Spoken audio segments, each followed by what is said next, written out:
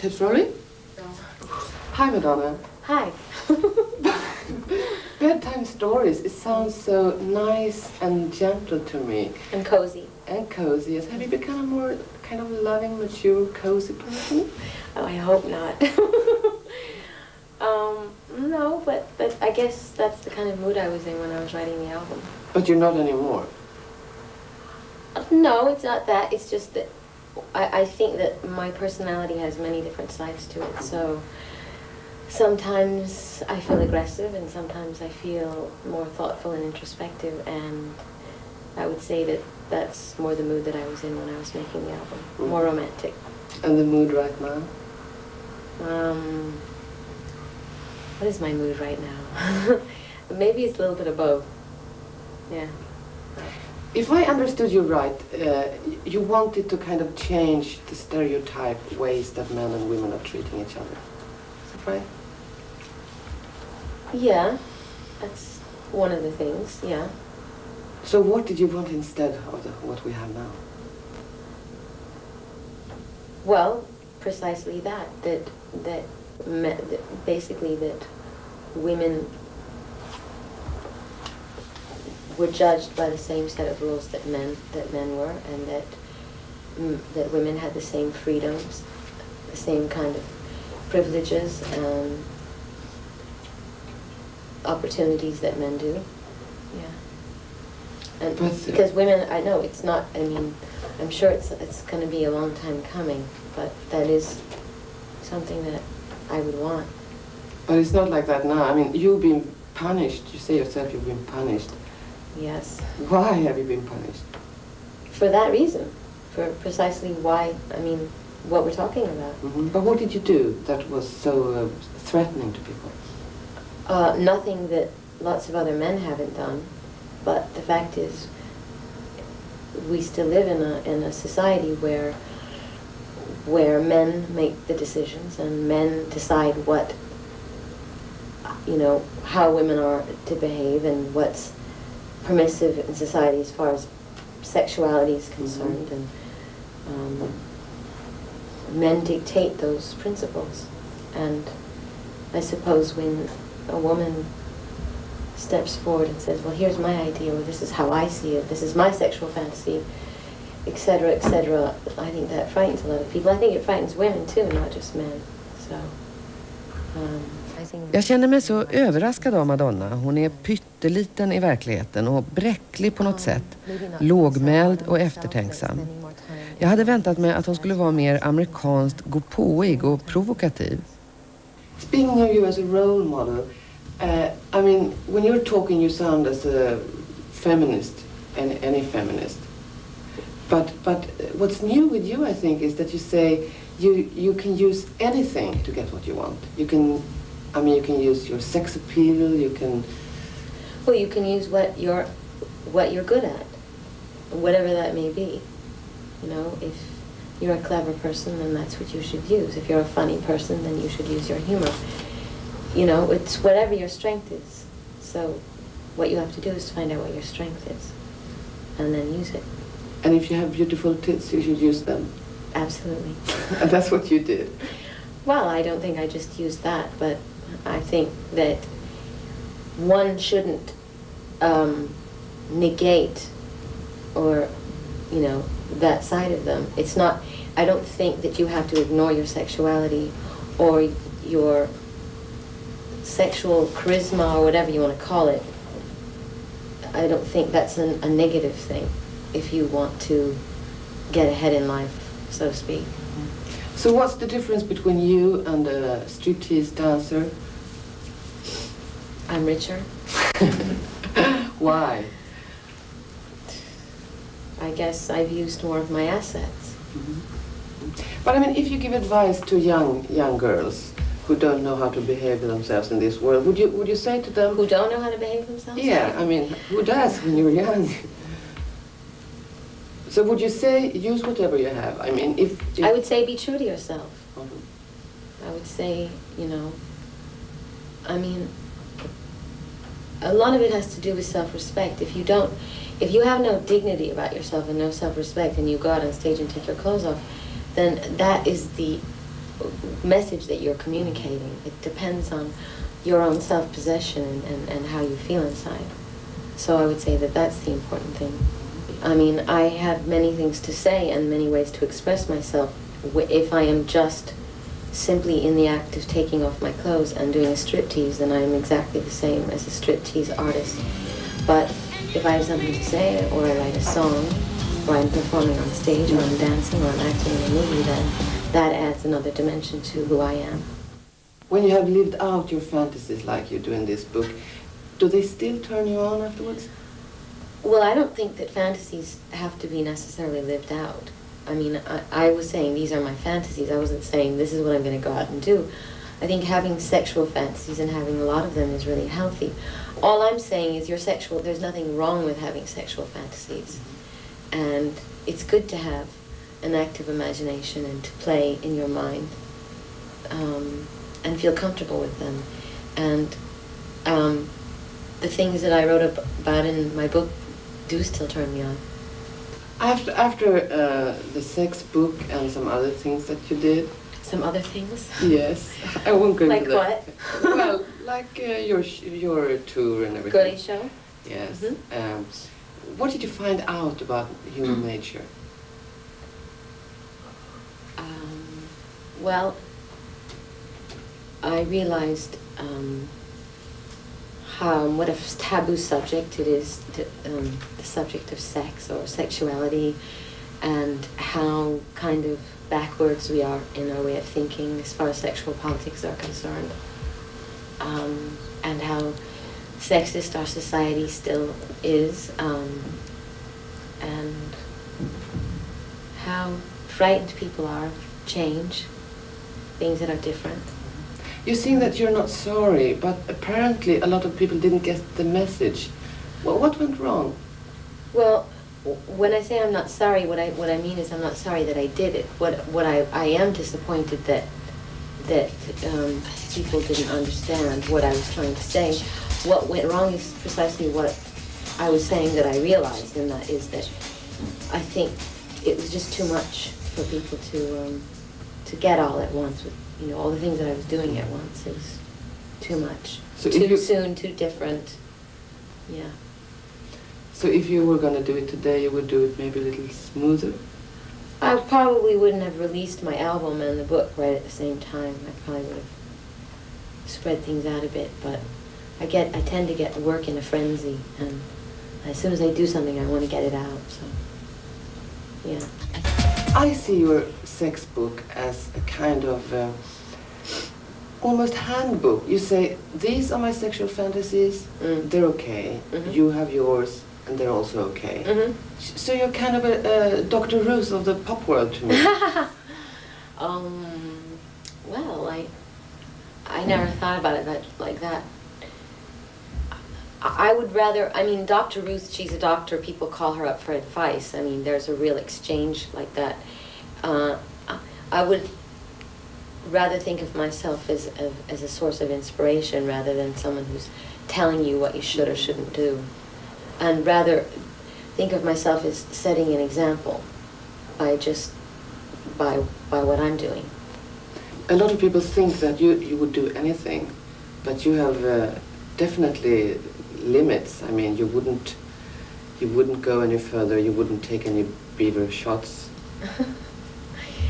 Well, that's not necessarily true. That's the decision I made for the book. Actually, I had a contractual agreement with the publishing company, and my limits are. People think that I would do anything. The people that think that I would do anything are people who aren't paying attention to my message and aren't listening to what I say. And everyone has limits. Like I said, as long as I'm being true to myself and I'm saying what I want to say and I'm getting my point across, then that's my limit. Yeah. So what direction are you taking now? In terms of music? In terms of everything. You seem to do everything all the time. Well, I'm mostly concentrating on my record and my music, and I guess you'd have to listen to the record to understand. But it is a more thoughtful record, it's a more romantic record, and I don't know. Like we were talking in the beginning of the interview, I guess I'm looking to make myself happy in another way, which is in making myself happy. So how is that, to be more specific? Recognizing my achievements and maybe not being so hard on myself, but spending more time enjoying my success, relaxing, things like that. Spending more time with my friends. And you are doing that too? Yeah. Is it hard because you seem to have been a workaholic? Yes. Actually, it's not as hard as it used to be. I used to be really frightened to have some free time. You know, nothing to do, unplanned days, stuff like that used to really freak me out. But now I kind of like it. Happiness lies in your own hands, you think. Where did you think it was before? Well, I would say that in general, it's most people's habit to look to other people and expect other outside situations to make you happy, and when you're not happy, to blame it on someone else or something else. And I would say that I was right along with that line of thinking. So, And now you're not. well, I'm trying not to be that way. Mm-hmm. Yeah. And what gave you this insight? Life, learning, making mistakes, just experience. Mer konkret än så vill hon inte gå in på sina erfarenheter. Madonna har ju mer än någon annan bokstavligt talat klätt av sig inför press och publik. Och ändå känner jag ju längre intervjun pågår att hon inte släpper någon in på livet. Allra minst journalister. When I saw the film In Bed with Madonna, I saw it now very recently once again. Uh-huh. I got the feeling that you were very kind of trapped in your fame and lonely. Well, that's two different things. I think celebrity, to everyone, not just me, is a kind of a trap, because while you have the privilege to, you know, go where you want and meet who you want, and everyone knows who you are, and people appreciate your work and things like that, it's the other side, the negative side is that you can no longer just go for a walk on the street or be an observer of humanity, be anonymous, just, you know, do things spontaneously. You have to plan everything, and so that side of it is a trap. For instance, I'm in the beautiful city of Paris, but it's not really easy for me to go outside for a walk, which I'm dying to do, without getting into an elaborate disguise or, you know, having my drivers in the front and having a decoy. I mean, it's really complicated. So that's the trap side of it. And you can't kind of hide yourself in a wig? And, yeah, I can, but it's not spontaneous. I mean, I have to go through an elaborate process of not being me. And the loneliness part of it, I would say, comes from maybe simply that, you know, longing to go out and do things anonymously, and sometimes it's just too difficult, and you don't want, it's easier to stay in your room. Dad, you can come in, but I gotta get dressed. Come on in. Hi. I better take off my sweaty clothes. Hi. Hi. Hi. Oh, God, sorry. Stop. Sorry. Let me change, okay? Sure. Did you like the show? It's great. A couple of little scenes there were a little... X-rated. You can do without. Burlesque. Dad, Burlesque. you don't understand. They all lead to something. I know they're arty. It's got nothing to do with art. It's got nothing to do with art. It's the journey that you go on. It's You get on this train at the beginning, you have to stay on to the end. Exactly, you take a journey. It's cathartic. To me, it didn't seem as if you got a lot of encouragement and recognition from your father. Is that correct? That is correct. Are you still seeking it? Not so much. I think I have come to terms with that and realized that my father feels more comfortable just kind of ignoring the celebrity side of my life and the fact that I'm this big superstar, or whatever you want to call I think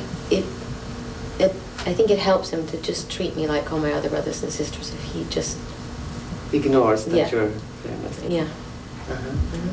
But you've had a deep wish that he would see you as you are. I have. Including I this. have, but you know, my father was raised a different way. He has different values. He's very traditional and old-fashioned.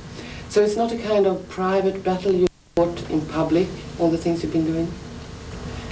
That's what an artist does. I mean, that is, you know, if a painter feels a certain kind of pain, he expresses himself on canvas. A songwriter, through his song, I mean, I think that you can't help but put some piece of your soul in any kind of work you do. And so, in a way, it's kind of therapeutic. Mm-hmm. A lot of people also think that you reveal everything about yourself. But I don't think you do that at all. I think I know very, very little about you. Are you a shy person? I can be. Yeah. Do you yourself think that you've revealed a lot? I've revealed when I want to reveal. But have you revealed a lot about yourself? I mean, do people know a lot about you? No. Mm-mm. The only people that know a lot about me are my close friends. So I'm going to put a very, very short questions, and if you want... And I'll give you very short answers. Yeah, if you can. Okay. Okay. We're going to have to end in a couple of minutes. Okay, yeah. So, what are you most proud of? I am most proud of the fact that I've maintained my sanity and my sense of humor in spite of everything. And what do you regret? Nothing. Nothing? Mm. Lucky you. What turns you on? Honesty. You had several abortions, you said. How many? I don't think that's necessary to tell you. Mm-hmm. I don't think it's relevant. Why do you want to know? No, because it says several, and several sounds so much to me, you know. Well, some people think that two is several. It depends on your point of view. Okay. And condoms, what do you think of them? I think they're essential. Yeah. You had a very interesting discussion with Norman Mailer about condoms, and it all kind of ended up in condoms are no good because then you get more careless with who you sleep with, so... Well, it's a very complex discussion. Yeah. There are many sides to the story, so it's hard to... If you have several hours, we can talk about it. Okay. But do you really think that you should only make love to someone that you're willing to risk your life for? No, I just think that in general, it's better to be in love with someone. Children? You want to have children? Yes. Are you not afraid that years are ticking and, you know, all that?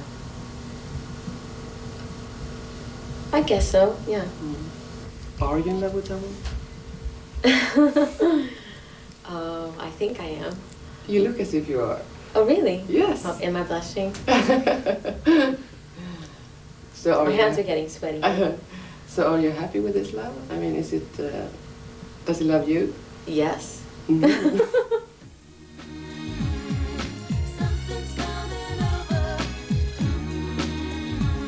I don't feel like jumping.